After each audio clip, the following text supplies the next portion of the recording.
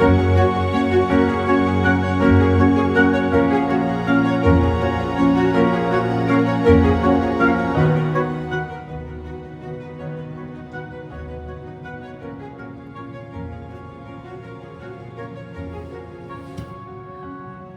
Christmas, FlossTube. This is Becky, the main girl in Arizona, and I'm trying something different for Flossmas. This is my tree. I just got out of school yesterday. I teach middle school ESL, so there was a lot going on. But I am out, and I am going to do my Flossmas from now until the end of the year. So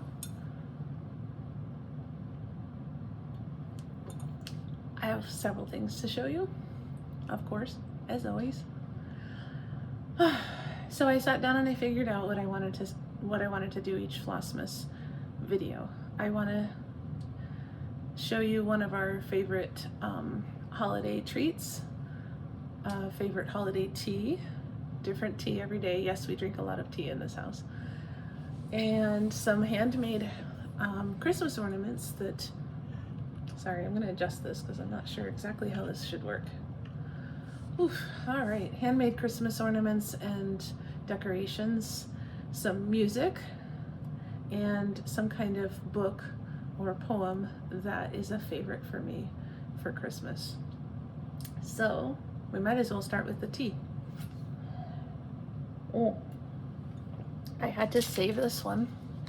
This is the last tea bag, unless I go back to Trader Joe's. This is Trader Joe's Cocoa Berry. It is black tea, and it has kind of a chocolatey flavor and some kind of berry in it, hence the name.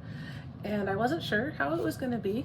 I just tried it new this year, and I really like it. I like the earthy, cocoa-y sorts of teas, and then the little hint of berry is really nice, kind of lightens it up a bit. So I'll make this one once I finish this cup and enjoy it, the last one. So hopefully you're in a cozy place and you have something nice to drink as well. Let's see, what else do we have? Well, you can't have tea without a snack. These are, I'm gonna set my tea down though, before I drop it on the floor. Usually I have a table here, but with the tree, I don't have room for the table. These are something my mom got out of one of those cookie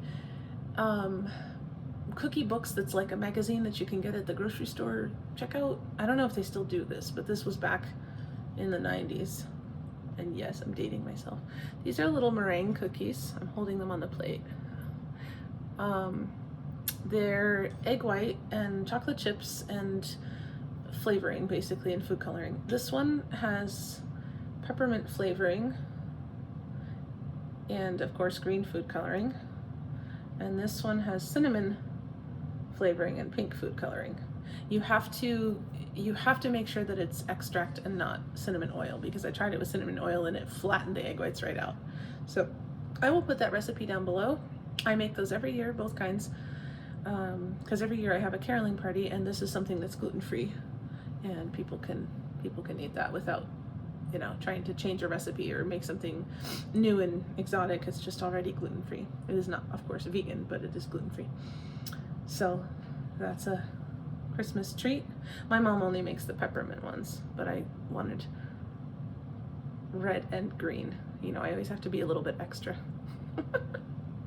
This one is actually the right consistency.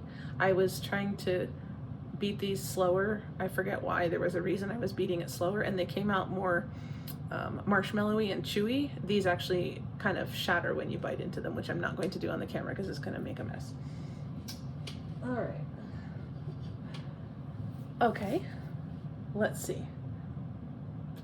Favorite book? Actually, I just chose kind of either a book or an author. This one, I happen to have a physical book, a children's book, but the actual book that I want to recommend is an adult book. That sounds terrible. It's a book for adults. Let me just show you the book. This is by a Christian author called Her name is Ann Voskamp. You might have heard of her if you're into like women's Christian, I don't want to say self-help, but she writes about being grateful for something every single day. And this one is a bunch of different Bible stories leading up to Christmas Day. So it's almost like an Advent through the Bible kind of thing. So you have creation, and there's Noah's Ark and different things. Esther, Jonah. So all these different Bible stories leading up to it. But the one that I was going to recommend is geared more for adults. This one, it's the same stories, but written for adults. And so I will post that link down below because I don't have a physical copy of the book. It's on my Kindle. But I'm working my way through that. And a lot of times she's very encouraging, and especially for those of us who tend to try to do too much and then blame ourselves when it doesn't go right. It's a good book to be reading at Christmas time to help you get a little less focused on all the drama that we can involve ourselves in at Christmas time, and just kind of relax and kind of enjoy the season. So, and the music I have for you, I first heard at a choir concert in Minnesota when we lived there. It is the version that I have heard was for women's choir, but I've also heard it for 4-part choir. It's a Swedish Christmas song. It's called Jul Jul, and it's about peace and Christmas. I'm trying to think of the words, if it's overtly Christian or if it's just peace and Christmas, kind of the season kind of thing. And I really like it. It's very pretty. I really enjoy listening to carols and Christmas songs from other places because, you get to hearing the same ones over and over, and everybody remixes them, but they're still the same song. And so I really appreciate listening to more unusual songs, or at least unusual to me. And then of course once you listen to them a lot, then they're not unusual anymore. But that one's a really sweet one, and I really enjoy it. So I will put a link to a couple versions of it down below, both a women's choir and also SATB. So, and now what you really would like to see, stitching. Let's see, I hope this shows up. So I thought that I would show you both an already stitched and finished object, or made object, because they're not all stitching that I chose, and also one that I have in my stash that I would like to start and have in my decorations at some point. And we all know whenever that's going to happen. This first one was made for me by a friend. Oh, it does show up, yay. Okay, my stitching light's behind me, but I don't know how helpful that is. She stitched this 1/1 10 stitch. I do not remember who she got it on Etsy. I know she told me that, and it was her first ornament. I think she did an amazing job. She made the cording herself, little thread hanger. It was part of an exchange a few years ago. I want to say it was 2020 actually, and she knew that my little mean girl heart wanted some snowy woods, and so that is a heck of a lot of stitching for an ornament. And yeah, look at that. Look at those little stitches. So good. And I actually have it out all year. It hangs on the file cabinet next to me where I usually film. It's on my right side, so if I just glance over at the calendar, I can see it.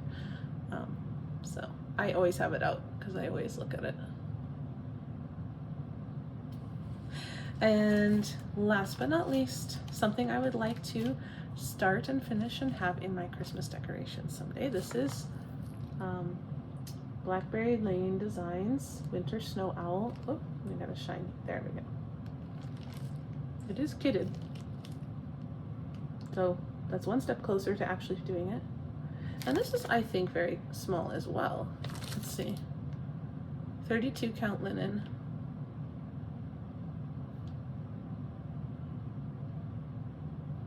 Okay, it's got Lady Dot Creates. I think I bought the kit. It's got Lady Dot Creates chenille trim on the side there to look like feathers. Yeah, there's beads in there, I can hear them. So I probably bought this as a kit, but I love owls. You see my little owl? Oop, I can't point. There. Oh, I can't do it. He's right there. Anyway, I'm sort of pointing at him the other way. There we go. I have two other owls on the tree, but he always sits up at the top. It's a little fluff ball. But I love owls, and I need to have a winter owl. Anyway, and that's all I have for you. I hope you enjoy it, and